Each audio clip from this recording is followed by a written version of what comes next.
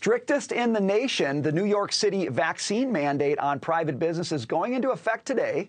Joining me now are two New York small business owners, Michael Carlin, owner of Slope Fitness in Brooklyn, and Steve Stone, owner of Title Boxing Club and New York Fitness Coalition Vice Chairman. Welcome to you both. Michael, let me start with you. We've talked on this program before about what it was going to be like for you to deal with these mandates coming down the pipeline.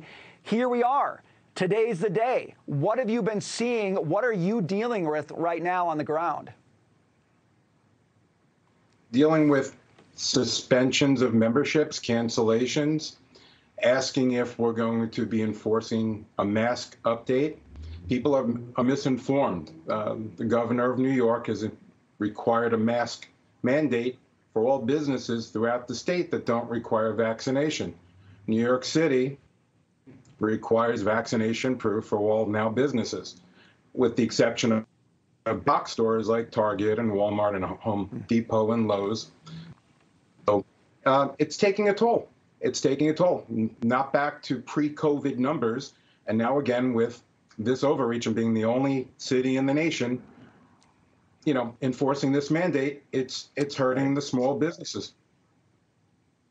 Steve, talk about what you're seeing across businesses like Michael's. I mean, this is the time of the year. If you run a gym, if you run a fitness center, you are looking forward to new memberships. You're looking for people to re-upping. I mean, this is really a boom time for the business, or it should be. What are you seeing across businesses like Michael's in the New York City area?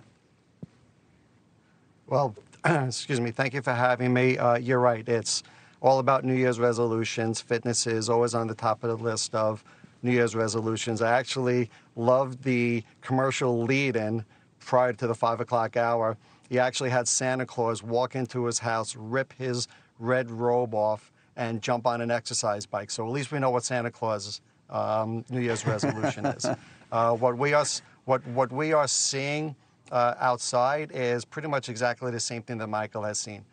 We have an industry that is operating probably on average anywhere from 45 to 65% of where we were pre-COVID numbers.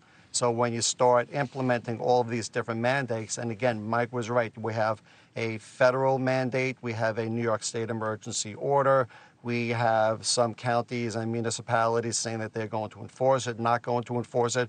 We don't really know what to do or how to act. We've got some sort of guidelines, but whichever one we choose is going to be a loss of business for us. And right now, we can't afford to lose 5%. We can't afford to lose 10%, 15%, because we're only making it back towards 55%, and that's after 2 years. Michael, we've had the experience on this program of talking to business owners in the past 2 years and then following up with them later, even just recently, and finding out they've closed their restaurant, they've closed their shop because they can't deal with these restrictions. How much pressure are you feeling in that regard right now? How much pressure are you hearing about from peers, from other businesses in New York City like yours who might be hanging by a thread?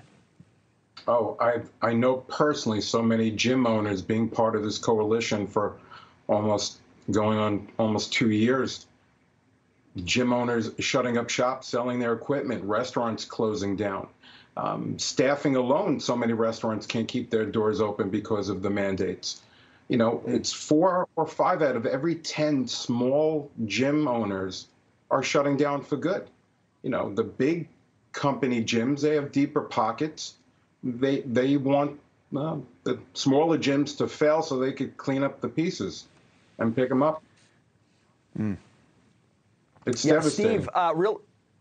Steve, really quickly on this, you've got an incoming mayor, a new incoming mayor in January. He has an opportunity to do something different if he wants to. Do you have a message for incoming Mayor Eric Adams? I have 2 messages for for Mayor-elect Adams. One would be kind of like a begging to get in contact with us, because we have reached out to him and his office probably at least 5 times or so, and just go back and address the issue and understand that we are not in a one-size-fits-all type of environment right now. What's good for others may be detrimental for others as well.